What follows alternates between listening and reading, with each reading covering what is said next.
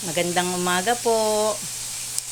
Napaaga po si Papa OG ng gising.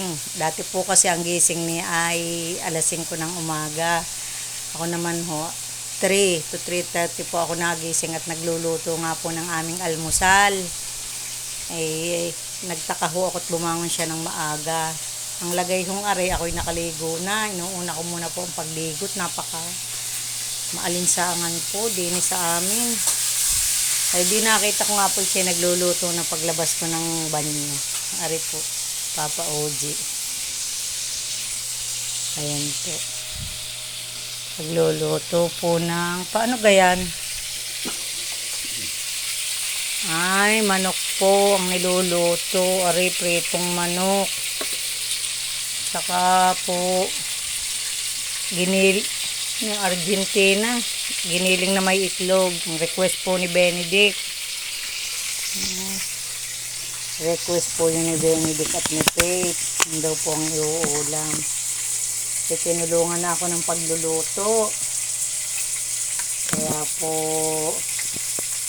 natutuwa naman ako at ako hindi pandalas din. Akin pong huhugasan na rin mga maruruming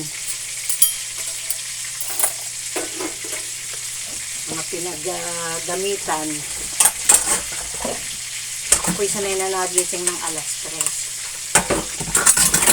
Kasi nga po ang trabaho ko ay bago mag alas 6 ay nasa trabaho na.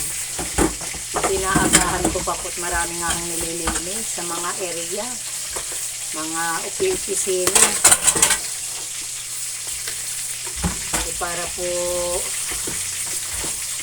pagdating ng mga empleyado ay malinis na. Kaya po bago mag 5:30 ako po ay nasa office na, nasa BSP na. Naghahanda ko muna po ng mga almusal lang, 2 bata, tapos kami pong lahat.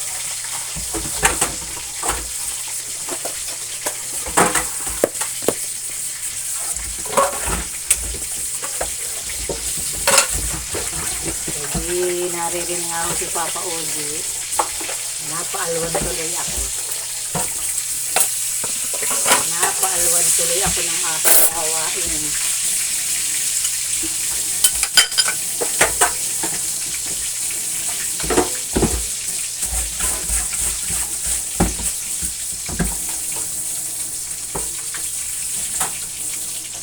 Kaga na rin kung umaga ay bilisan ng ano. Ginigising ko po ng alas 5 ang 2 bata.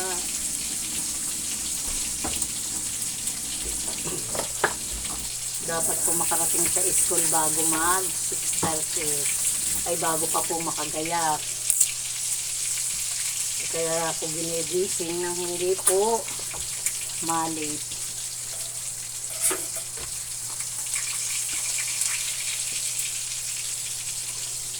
Yan, tapos na po.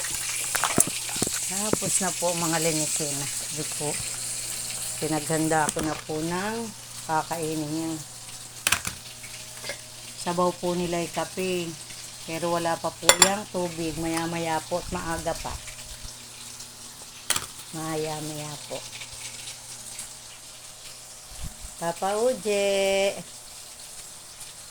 Bye-bye po. God bless.